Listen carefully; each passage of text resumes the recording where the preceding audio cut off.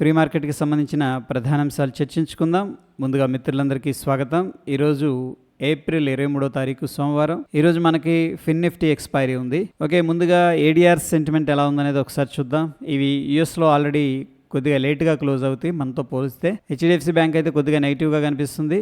And Wipro మనకి చాలా చక్కగా పాజిటివ్గా అయితే ఉంది. ఐసిఐసిఐ బ్యాంక్ పాజిటివ్గా ఉంది. డాక్టర్ రెడ్డీస్, ఇన్ఫోసిస్ ఇవన్నీ కూడా పాజిటివ్గా ఉన్నాయి. ముఖ్యంగా విప్రో అండ్ ఇన్ఫోసిస్ ఐటీ సంబంధించిన స్టాక్స్ అయితే కొద్దిగా పాజిటివ్గా ఉన్నాయి. బట్ హెచ్డిఎఫ్సి బ్యాంక్ మాత్రం కొద్దిగా నెగిటివ్గా క్లోజ్ అయింది. అదేవిధంగా ఓవరాల్గా ఇండియన్ ఇండిసెస్ ఎలా ఉన్నాయి అనేది ఒకసారి చూద్దాం. ఫార్మా అండ్ బ్యాంక్లో కొద్దిగా రికవరీ అనేది కనిపించింది. వెరాజ్ ఐటీ సెక్టర్ ఏది నిన్న మనకు కొద్దిగా డ్రాగ్ చేసిందని చెప్పేసి చెప్పుకోవచ్చు. ఓవరాల్గా ఓకే, ఎక్కడైతే మనకి కొంత బుల్లిష్ సెంటిమెంట్ అనేది కనిపిస్తుంది. అదేవిధంగా గ్లోబల్ సెంటిమెంట్ ఎలా ఉందనేది ఒకసారి చూద్దాం. గ్లోబల్ సెంటిమెంట్ మనం చూసుకున్నట్టయితే ఈ యొక్క S&P 500 విక్స్ అయితే డౌన్ అయింది. That is good. అండ్ దాని తర్వాత మనం ఇక్కడ చూస్తే ఏషియా మార్కెట్, జపాన్ నెగిటివ్గా ఉంది. అండ్ US 500 మాత్రం కొద్దిగా నెగిటివ్గా ఉంది. అంత అగ్రెసివ్ నెగిటివ్ లేదులే కానీ కొద్దిగా. సౌత్ కొరియా కూడా కొద్దిగా నెగిటివ్లో ట్రేడ్ అవుతుంది. వెరాజ్ ఫ్రాన్స్ నెగిటివ్గా ఉంది. డౌ జోన్స్ అయితే ఫ్లాట్ టు న్యూట్రల్గా కనిపిస్తుంది. And Europe, Germany, Hong Kong, London and Russia ఇవన్నీ కూడా పాజిటివ్గా అయితే కనిపిస్తున్నాయి. సో ఓవరాల్గా ఓ మిక్స్డ్ కాంటెక్స్ట్ కనిపిస్తుంది. ముఖ్యంగా ఏషియా మార్కెట్, జపాన్ మాత్రం నెగిటివ్గా ఉంది. యుఎస్ కూడా కొద్దిగా సైడ్ వేస్లో ఉన్నట్టు క్లియర్గా తెలుస్తూ ఉంది. ఇక ఎకనామిక్ క్యాలెండర్ విషయానికి వస్తే మనకి ఈరోజు యుఎస్కు సంబంధించిన డేటా అనేది S&P 500 గ్లోబల్ వాళ్ళు ఏంటంటే PMI డేటా రిలీజ్ చేస్తారు 7:15కి. ఇది ఫండమెంటల్గా ఇన్ఫ్లుయెన్స్ చేసే అవకాశం ఉంది.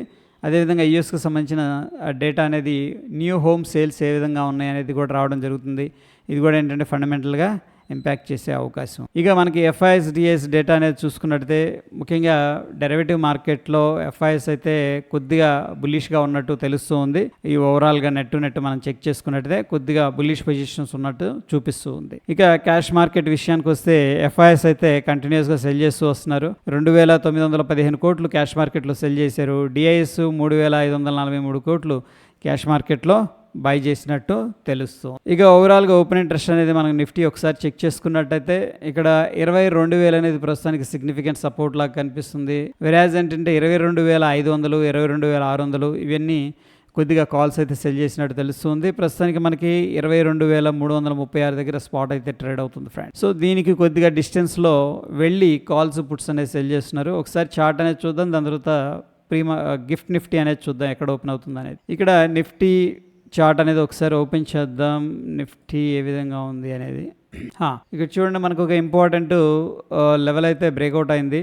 ప్రీవియస్గా ఇది మల్టిపుల్ టైమ్స్ రెసిస్టెన్స్ లాగా ఉంది. 22,330 అనేది ప్రస్తుతం ఆ లెవెల్ అయితే బ్రేక్అవుట్ అయింది. సో ప్రాబబ్లీ ఏంటంటే మనకి ఇమీడియట్గా నెక్స్ట్ మనకు కనిపిస్తున్న లెవెల్ వచ్చేసరికి 22,430. ఎందుకంటే ఇక్కడ నుంచి కూడా మార్కెట్ గ్యాప్ డౌన్ తీసుకొని మళ్ళీ బౌన్స్ అయ్యి అక్కడ నుంచి కూడా కిందకి వెళ్ళింది. కాబట్టి నెక్స్ట్ ఇంపార్టెంట్ లెవెల్ అని చెప్పేసి చెప్పుకోవచ్చు. అదేవిధంగా డౌన్ సైడ్ మనకు వచ్చేసరికి ఇక్కడ 22,258 కనిపిస్తుంది. దాని తర్వాత చూడండి, ఇది వెరీ ఇంపార్టెంట్, 22,170. ఎందుకంటే మల్టిపుల్ టైమ్స్ అనేది మనకి ఇక్కడ మార్కెట్ సపోర్ట్ తీసుకోవడం మనం చూసాము. సో 22,170, 180 అనేది స్ట్రాంగ్ సపోర్ట్ అవుతుంది. ఇమీడియట్గా మనకు ఉన్న రెసిస్టెన్స్ 22,430. ఇక గిఫ్ట్ నిఫ్టీ ప్రస్తుతానికైతే డైరెక్ట్ గ్యాప్ అప్ అయింది ఫ్రెండ్స్. గ్యాప్ అప్ అయిన తర్వాత ఏం జరిగిందంటే మళ్ళీ అక్కడి నుంచి కూడా కొద్ది కిందకు వస్తుంది. సో 22,475 ప్రీవియస్గా ఉన్న రెసిస్టెన్స్, 465 ప్రీవియస్గా ఉన్న రెసిస్టెన్స్. ఆ యొక్క రెసిస్టెన్స్ లోపలే ట్రేడ్ అవుతుంది. ఎనీహౌ గిఫ్ట్ నిఫ్టీకి మన నిఫ్టీకి ఉన్న డిఫరెన్స్ అనేది ఒకసారి చూద్దాం. సో ప్రస్తుతానికి గిఫ్ట్ నిఫ్టీ 22,387 దగ్గర ట్రేడ్ అవుతుంది. అదేవిధంగా మన నిఫ్టీ వచ్చేసరికి 22,336 దగ్గర ట్రేడ్ అవుతుంది. సో ఎనీహౌ మనకి ఇక్కడ ఒక 50 పాయింట్లు అయితే డిఫరెన్స్ కనిపిస్తుంది పాజిటివ్గా.